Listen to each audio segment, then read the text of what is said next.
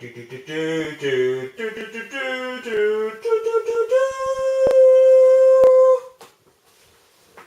hello there. Do you know what time it is? It's time for the top 10 Super Nintendo games!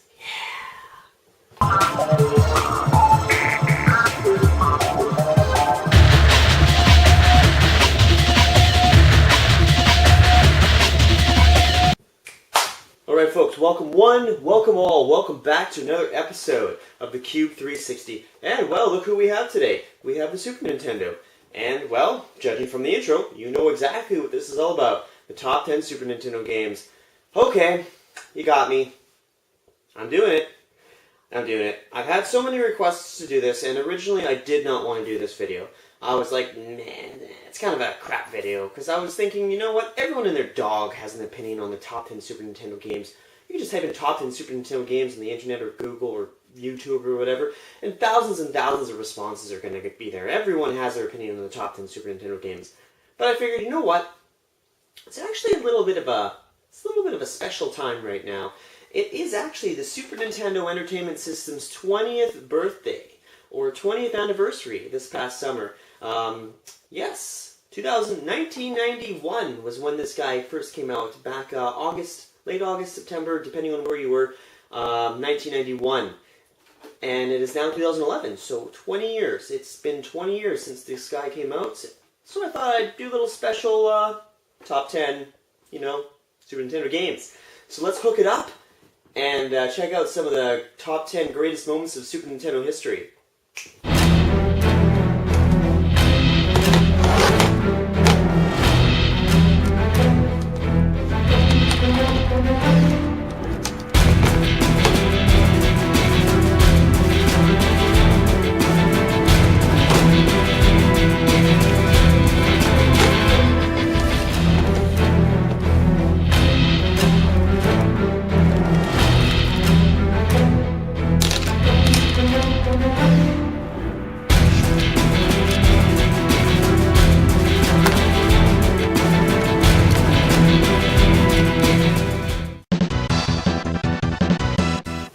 You cannot start a top 10 off without a Contra game, can you? No, you can't. And Contra 3 The Alien Wars for the Super Nintendo takes the number 10 spot, and boy does it ever kick ass. This is the first game in the series for the 16-bit era, and they have a couple new things that they implemented in it. They got some brand new weapons, some flame shooters, crash gun, a bunch of other weapons. You got some big alien bosses kicking your ass, because it is the Alien Wars now, so you got to save the world from the aliens. And the basic premise of the game is it's a run and gun shooter for 1 or 2 players. They have the 2D side-scrolling stages, and they also have these bird's eye view over-the-top stages, which are kind of new and inventive for the series, and they're really cool. And yeah, it's a 1 or 2 player game. Really cool shooter. You got some bombs. It's a hard game as well, so hope you know the code. Okay, number 9, guys. Number 9, we have Earthworm Jim. Earthworm Jim is an interesting character, and that's why he makes my list. He's a unique character, and the Super Nintendo had a lot of trial and error characters. They were trying to come up with a lot of really new characters, and because everyone likes their Mario, everyone likes their Zelda. There's a lot of characters like that, but I like the characters that no one really knows about. And Earthworm Jim, he's one of those characters. He was created just for the Super Nintendo by a company called Interplay. And boy, they must have been on some serious drugs when they created this character, or at least this game, because it is bizarre. I mean, launching cows with fridges? Like, what the hell? Does it get any stranger than this? I don't even know what the hell the premise... It's really bizarre. Anyway, the basic premise of the game is this earthworm gets hit with a spacesuit. It falls on him, and then he has to save the galaxy from the evil Queen Slug for a Butt, and she stole the princess of the galaxy, so he's out to save. He's on a mission. It's bizarre. I don't even really know. But it's great. The graphics were amazing for this time. They were really pushing the Super Nintendo boundaries. And the game actually got re-released on the Xbox 360, a live arcade last year, in full HD. And boy oh boy is it ever beautiful. If you haven't checked it out, you've got to check it out. It's great. Number 8, folks, what do we have? Oh, we got a Marvel Comics game, SpiderMan and Venom, Maximum Carnage, and holy moly is this game ever amazing.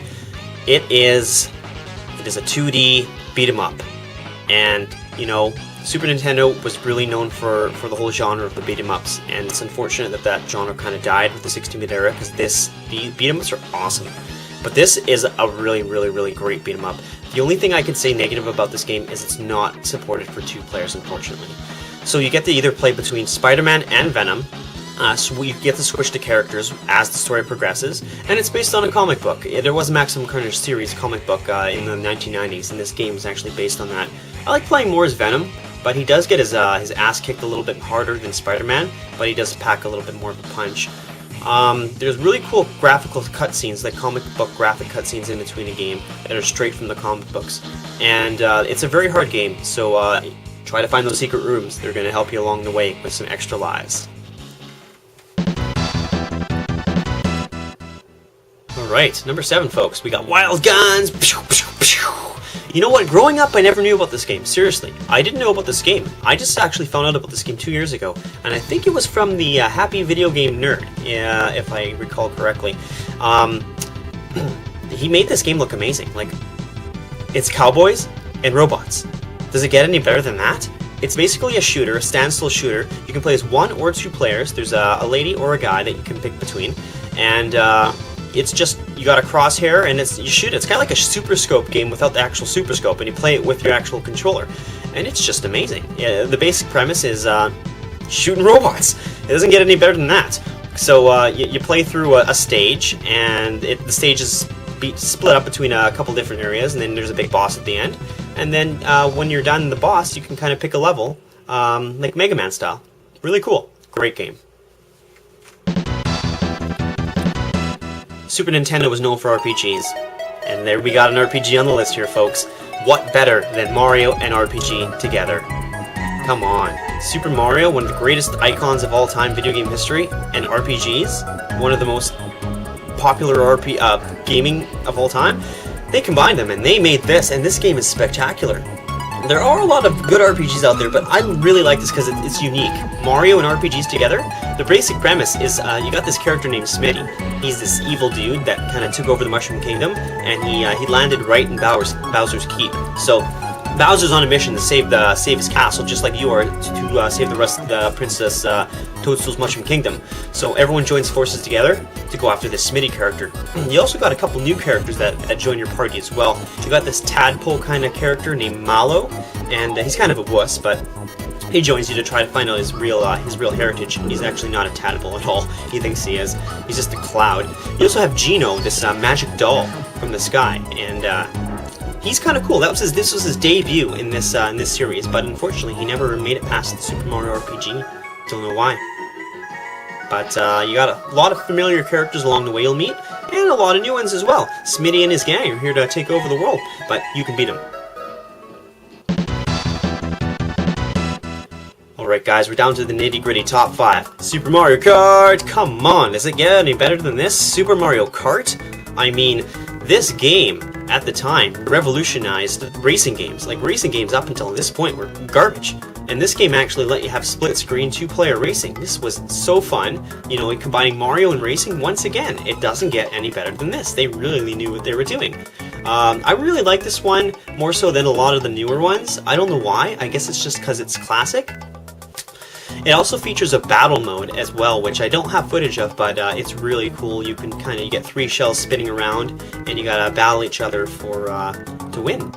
Really cool. I thought this game was great. They've only gotten better in time, but this one, it stands the test of time. It really does. It doesn't get any better than Super Mario Kart. I'm just gonna leave it. There's nothing more I can say.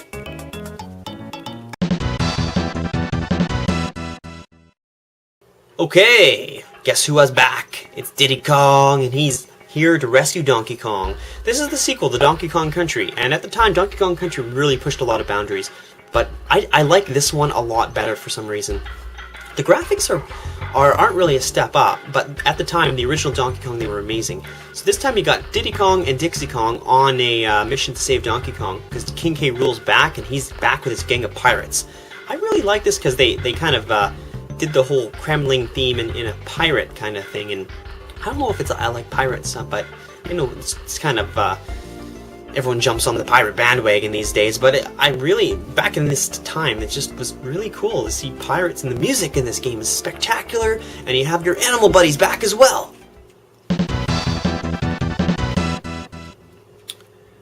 Top 3, guys, top 3. Chrono Trigger. Oh my god, this is absolutely probably the best RPG of all time.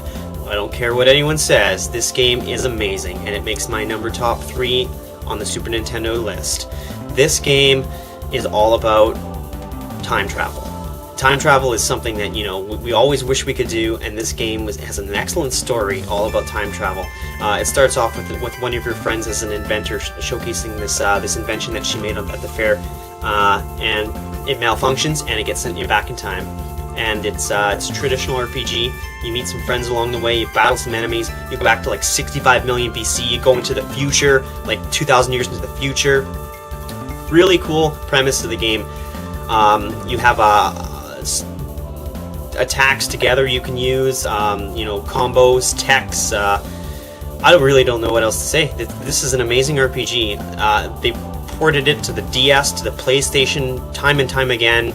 I have like 3 copies of this game. It was originally released in the Super Nintendo in 1995 or 6, I believe, and it's a great RPG. The story is just amazing. The characters are really cool.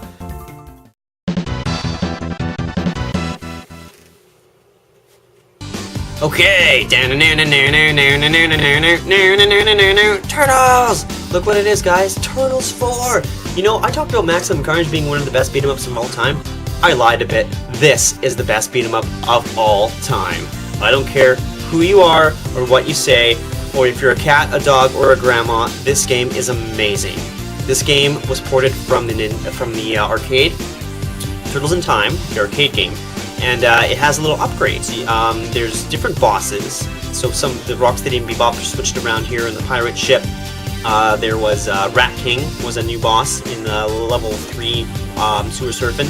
They actually made a brand new level as well for this console version, Technodrome, which features Token Razar in here, and also a very, very, very unique a first-person view battle with Shredder. This was a really unique battle.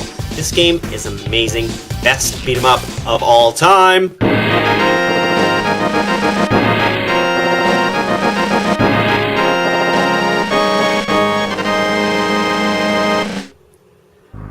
Number 1! Oh, look what it is, folks! What is it? What is it? Well, for those that know me, you already know what it is. For those that don't, you're in for a shock. Battletoads and Battlemaniacs. Yes. For those that don't know me, you're probably like, what the hell? How the hell does this make number 1? I'm sorry, this is my list. I love the Battletoads. I don't know what it is. I've always been infatuated with the Battletoads. Like, I know they're kind of, some people would say they're kind of a Turtles ripoff, where they were trying to cash in on the success of the Turtles. But I love the Battletoads. I don't know what it is. There's not enough Battletoads games. This game is amazing. It goes from like a beat 'em up. No 2 levels are the same. It goes from a beat 'em up to a platformer to like a racing game. Like 1 minute you're jumping on a snake, the next minute you're riding a speed bike. Then you're like going down a tree and avoiding obstacle courses, riding a roller coaster, beating bosses. The music is spectacular. Best music I've ever heard in a video game. I know the whole notorious level 3 speed bike usually is a kind of thing that makes people not really like this game that much, but it's really not that hard. And if all else fails, you can always beat up some flies to get extra lives, or collect the pins. Memory. Your memory will serve you well. No 2 levels are the same. This game is amazing. I don't know what else to say. They need to bring back the Battletoads. They need to bring them back now. Just imagine Battletoads right now in a new consoles. It's great. I'm leaving you at that. See you next time.